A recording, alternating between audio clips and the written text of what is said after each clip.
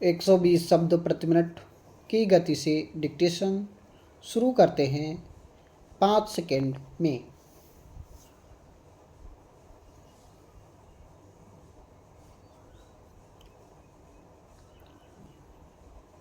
Start.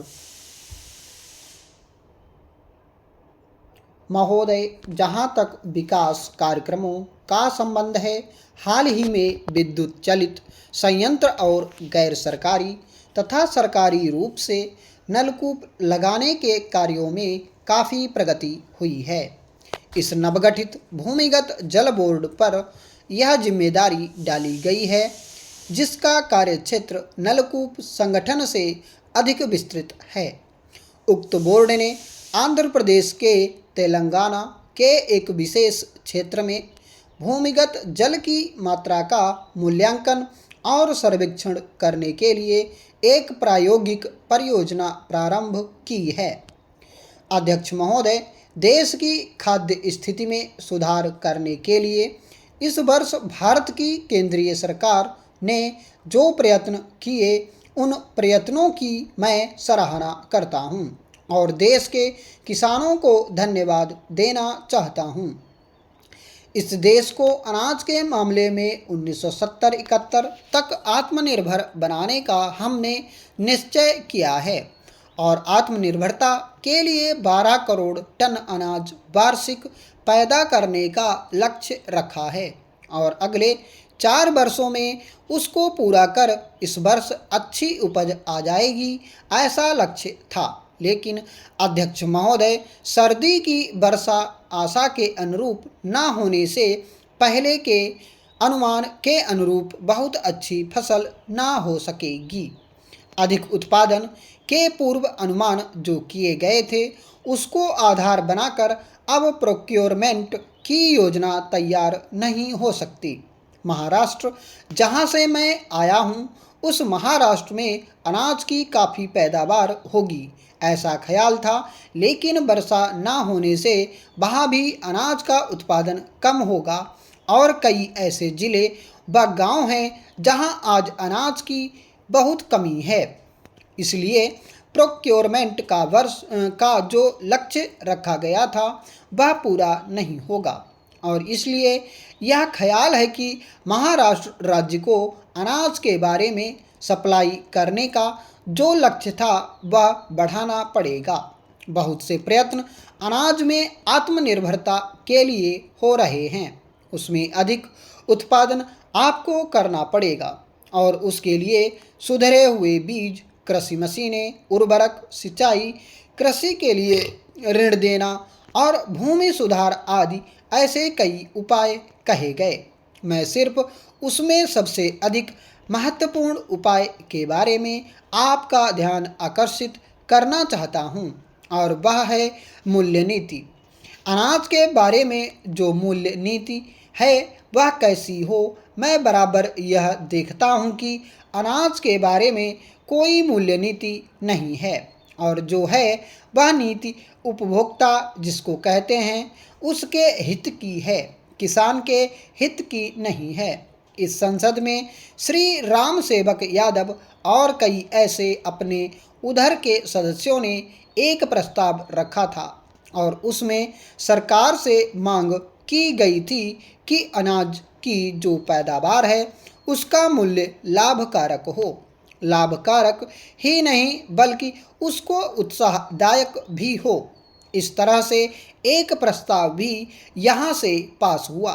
सरकार ने उसे मान लिया।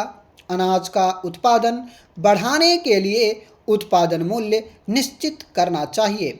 इससे किसानों को उनके उत्पादन का उचित मूल्य मिल सकेगा और वे अधिक अन्न पैदा कर सकें, इसके लिए प्रोत्साहित होंगे। अध्यक्ष महोदय, दार्जिलिंग जिले के एक परियोजना मंजूर की गई है। समस्त देश में से चयन किए गए जिलों में इन परियोजनाओं को चलाने के लिए भारत सरकार ने विशेष एजेंसियां स्थापित की हैं, जिनको भारत सरकार से अनुदान मिलता है। ये एजेंसियां सहकारी ऋण और संस्थाओं के लिए जोखिम निधि प्रबंध संबंधी राज्य सहायता ऋणों के रूप में सहायता करेंगी। छोटे और सीमांत किसानों को पूंजी निवेश के लिए और इन किसानों को एकत्र आधार पर सेवाएं उपलब्ध कराने के लिए संस्थागत एजेंसियों को उक्त एजेंसी द्वारा निधि में से राहत सहायता दी जाएगी। छोटी समितियों को पर्याप्त और समय पर ऋण मिलना बहुत आवश्यक है, इसलिए ये एजेंसियां छोटे किसानों को संस्थागत ऋण देने के लिए ठोस प्रयत्न कर रही हैं। व्यापक बैंकों के कार्यकरण में भी सुधार किया जा रहा है, जिससे छोटे किसानों को ऋण मिल सके और वे अपना काम कर सकें। इस परियोजना के लिए रिजर्व बैंक ऑफ इंडिया की सहायता से सहकारी समितियों को सशक्त बनाया जा रहा है। डेयरी और मुर्गी पालन के लिए 10,000 रुपये तक ऋण देने के लिए जमानत की शर्त भी हटा दी गई है। खेती वाले क्षेत्र की किसान जनता की सामाजिक एवं आर्थिक स्थिति में सुधार करने के लिए मैं बहुत उत्सुक हूँ। हमने कुछ क्षेत्रों में इसके लिए परियोजनाएं चलाई हैं। इस प्रकार की 9 परियोजनाएं स्थापित की गई हैं और वर्ष 1970-71 में 15 और परियोजनाएं स्थापित की जाएंगी। इन क्षेत्रों में वैज्ञानिक तरीके अपनाने पर बल दिया जा रहा है, जिससे वहाँ के उत्पादन में वृद्धि हो।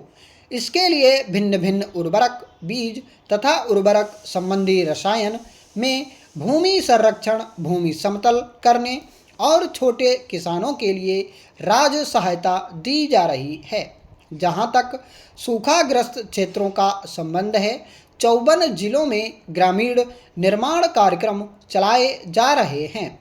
इस कार्यक्रम में रियायत की व्यवस्था करने पर अधिक बल दिया गया है।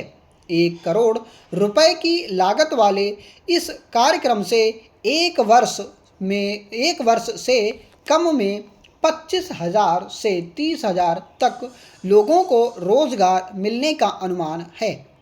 वर्ष 1971-72 में ग्रामों में रोजगार दिलाने के लिए एक कार्यक्रम चलाया जा रहा है, जिससे ग्राम निवासियों को रोजगार मिलेगा। इन सब विशेष कामों के लिए चौथी पंचवर्षीय योजना में 385 करोड़ रुपए रखे गए हैं। हाल ही में केंद्रीय सरकार ने भूमि सुधार पर अधिक ध्यान दिया है। असम में भूमि की अधिकतम सीमा 50 से घटाकर 25 एकड़ करने और तमिलनाडु में 30 से 15 एकड़ करने के लिए विधान में संशोधन किया गया था। इसी प्रकार पश्चिम बंगाल भूमि सुधार अधिनियम में संशोधन किया गया था और हाल ही की बैठक में भूमिगत सीमा संबंधी पहलुओं पर विचार किया गया। बैठक में शामिल 7 मुख्यमंत्रियों ने भूमि की अधिकतम सीमा को लागू करने का अपना दृढ़ इरादा व्यक्त किया। बहुत से मुख्यमंत्रियों ने अपने राज्य में भूमि सुधार कानून लागू किए। इन कानूनों के द्वारा गरीबों और भूमिहीनों को जमीनें दी गईं।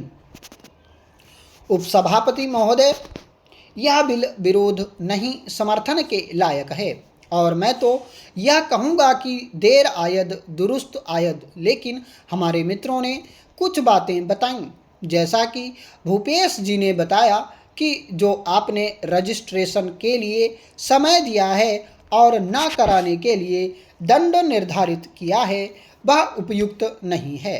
वैसे उनका भी संशोधन नहीं है और मेरा भी संशोधन नहीं है, लेकिन मैं माननीय मंत्री महोदय से आग्रह करूंगा कि यह एक विचारणीय बात है।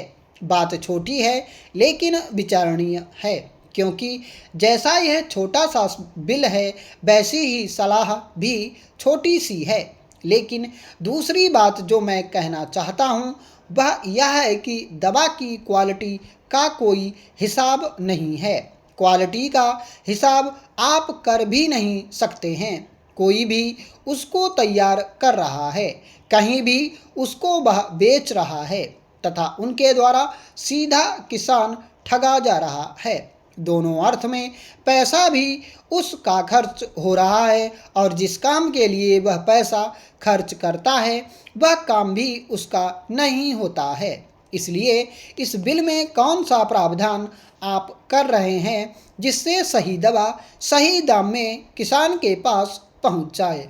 मैं माननीय मंत्री महोदय से यह जानना चाहूँगा कि आप जिस उद्देश्य से इस संशोधन विधेयक को लाए हैं उसका सचमुच में कारगर असर किस प्रकार से पड़ेगा।